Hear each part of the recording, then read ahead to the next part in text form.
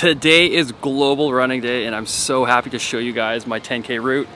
Absolutely beautiful, just love it, love it, love it. Let's go.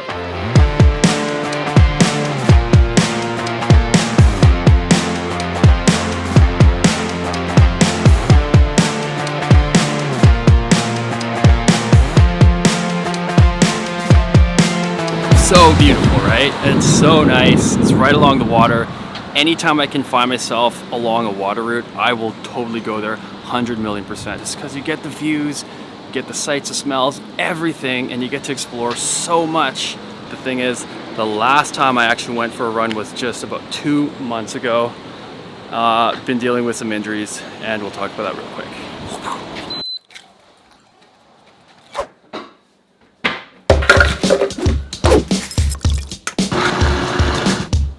So I've been dealing with this injury and it's been a nagging one. Started out very mild, but over time it just got progressively worse and worse and worse.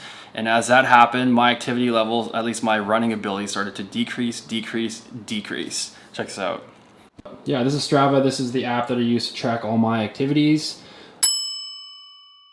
I started running in February of 2019, and at that time, I recently switched my diet. I found that my diet made me feel a lot better, and when I started to feel better, then I started running.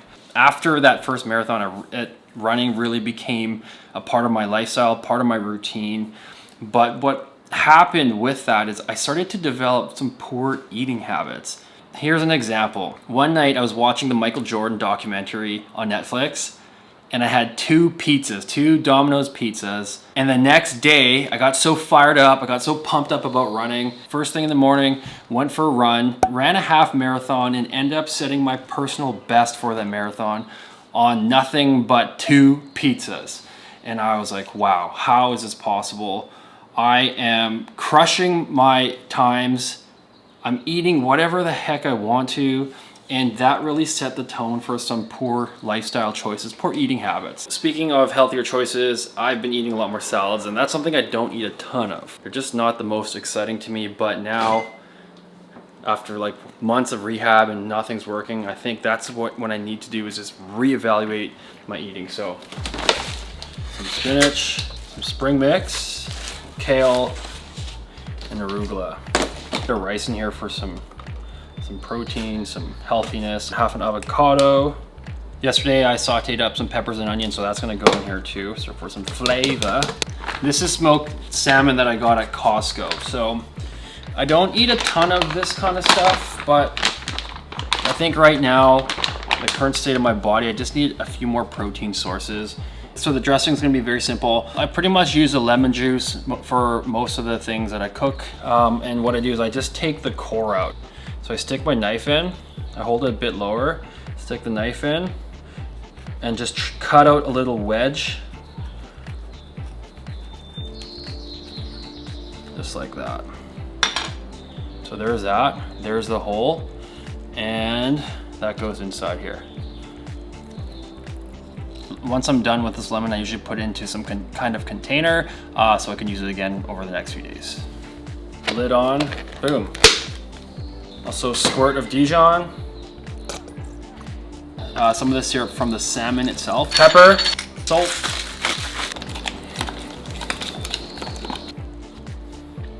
Yeah, pretty good.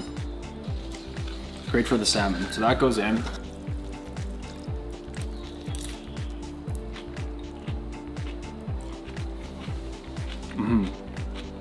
Yeah, that's nice. That's really good.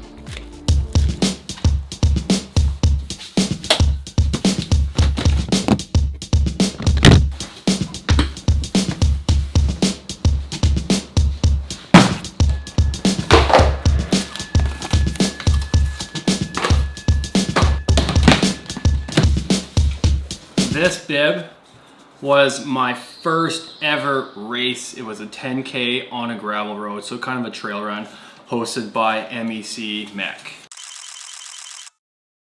Very cool experience. And then a few weeks later, sometime towards the end of June, was the Scotiabank half marathon. Wow, this was pretty cool. I remember finishing this race and I was like, whoa, I can't believe I just did that. After running that half marathon, I was just on top of the world. I felt so accomplished.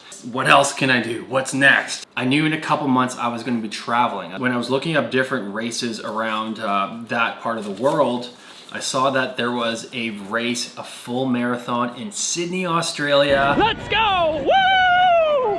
And I was like, sign me up. Let's do it. Let's go. So pumped, got so excited, and then also got so nervous once I registered.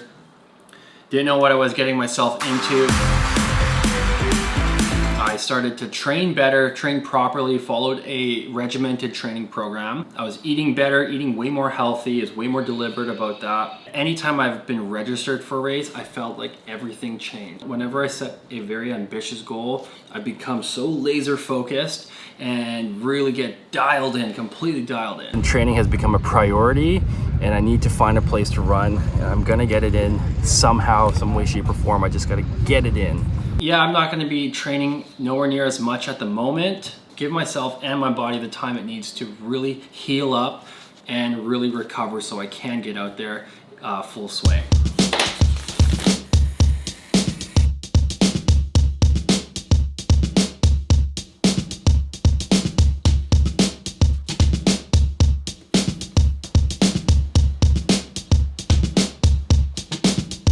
Things that just don't fit well, things that are missing, that kind of stuff really like doesn't sit well.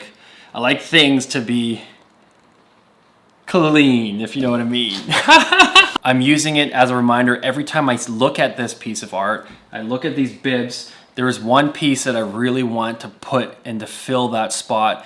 And if you guys know long distance running and if you're into marathon sports, there's one race that is usually a bucket list item, and that's what I'm gonna be training towards. That's what I'm gonna be using as my motivation to stay accountable. That race is the Boston Marathon.